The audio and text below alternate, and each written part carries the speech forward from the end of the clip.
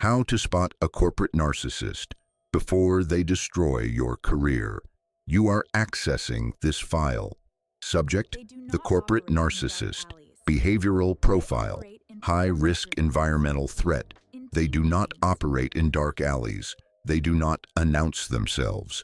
They operate in performance reviews, in team meetings, in the quiet moment after a project succeeds and someone else takes the credit.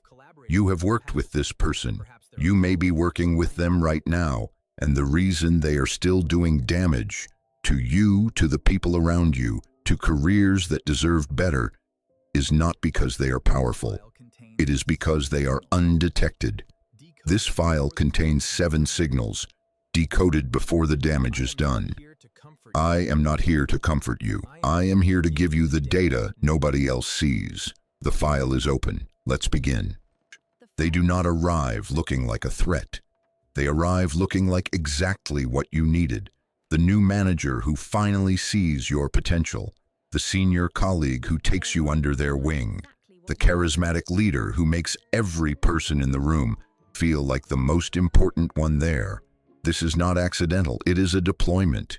Psychologists call this the idealization phase, the period in which the corporate narcissist constructs a version of themselves precisely calibrated to your needs. They study you before they approach you. They identify what you are hoping for: recognition, mentorship, alliance, and they become it. The reason most people never see it coming is that the idealization phase feels real, because in a specific functional sense, it is real. The interest is genuine. It is just not interest in you. Now, it is interest in what you can provide. The corporate narcissist is always running a resource assessment, and if you passed it, they are already building the architecture of the relationship that will extract from you what they came for. Signal 1. The charm has a target. Watch who they are warm to. Watch who they ignore. The map of their warmth is a map of their intentions. Charm distributed unevenly, precision deployed toward power, influence, and utility is not charm. It is a targeting system. Signal 2. They collect credit like currency. The corporate narcissist does not need to be the best performer in the room. They need to be the most visible one at the moment the evaluation happens. This requires a specific skill, the ability to position themselves adjacent to good work without doing it, and to ensure that when the work is recognized, their name is attached to it. The mechanisms are subtle. The idea they built on in the meeting, that was yours, introduced 2 weeks earlier in an email they now cannot find. The project that succeeded, they were closely involved in the strategy. The client relationship that converted, they opened the door. None of these claims are entirely false. All of them are architecturally dishonest. The people who lose the most to this mechanism are the ones who believe that good work speaks for itself. It does, but only when someone is listening. The corporate narcissist ensures they are always standing closest to the speaker when the room goes quiet. Signal 3. Every conversation is an intelligence operation. The corporate narcissist's social interactions are not social. They are informational. Every question they ask is data collection. Every confidence they invite is a trap. The formula is this: false intimacy deployed, information extracted, leverage stored, used when needed. They create the conditions for you to speak freely. Warmth, apparent vulnerability, the performance of mutual trust. And then they file everything you say: your frustrations with leadership, your ambitions, your fears about job security, your relationships with other colleagues. This information does not expire. It is stored and used at the moment that maximizes their advantage. If you find yourself unusually open in conversation with someone you have known for a short time, if the intimacy feels disproportionate to the history, run the formula. Ask who is benefiting from what you are saying. The signal 4. They always have someone to blame, and it is always prepared. The corporate narcissist does not accept accountability. This is not pride. It is a structural feature of the narcissistic psychology. Accountability threatens the self-image that the entire personality is organized to protect. But the sophisticated corporate narcissist does not simply deny. They redirect. They have prepared the narrative before the meeting started. They know who will take the weight of the failure. They have laid the groundwork, subtly over weeks, so that the redirect feels credible when it arrives. The person they redirect toward is almost always someone who cannot effectively defend themselves in that moment. Someone junior, someone who lacks political capital, is someone who was trusting enough not to document the decisions that are now being rewritten. The gaps in the paper trail are where they operate, and they are very good at creating gaps. Signal 5. They triangulate every relationship. The corporate narcissist is structurally uncomfortable with relationships that do not involve them.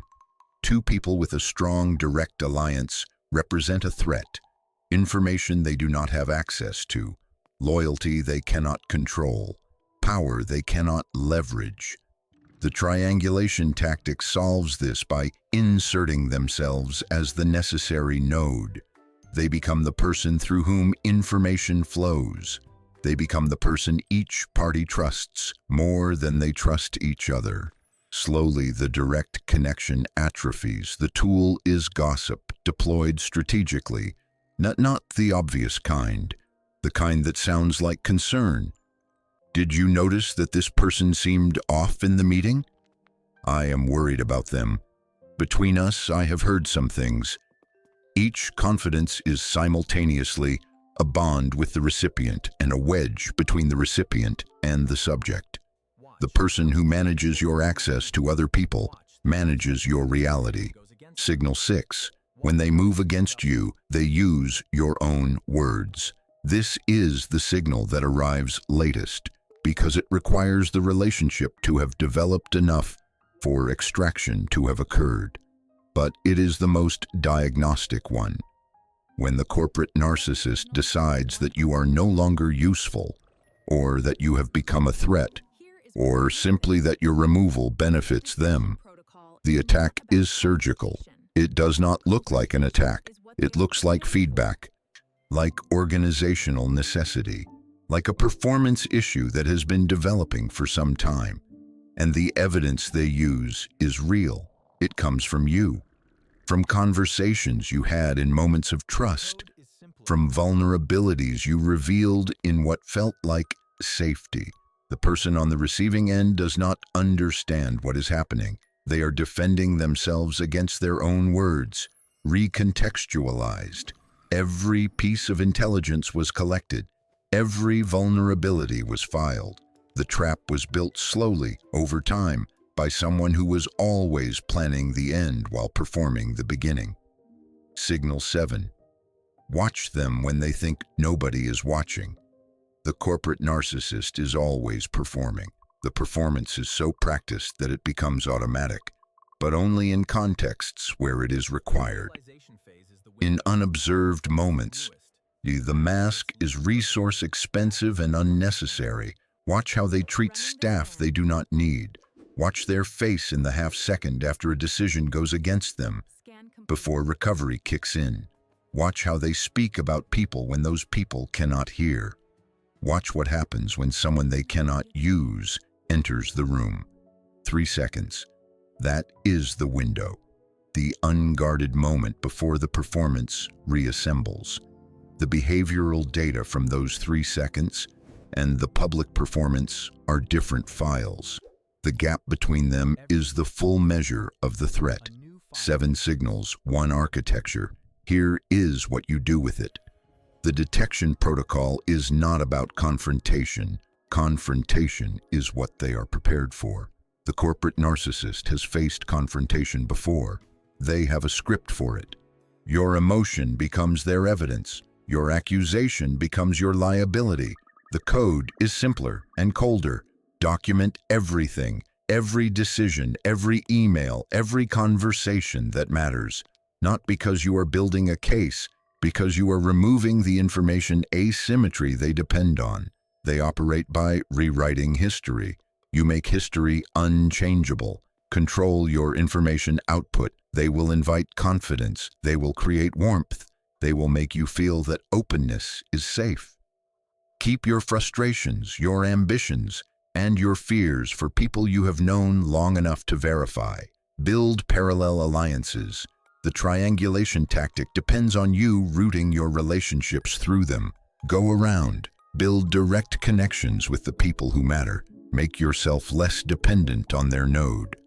And observe the 7 signals before you commit, before you accept the mentorship, before you align publicly, before you trust the warmth. The idealization phase is the window. It is the moment they need you to believe in them completely, before the extraction begins. It is also the moment they are most readable, because the performance is newest and the mask fits least perfectly. That is when you run the scan. Subscribe, because every week a new file opens, new threat, new scan, new code. The world rewards the loudest voice in the room. The power belongs to the one who already read everyone in it. You are inside the observer's code. The file is yours.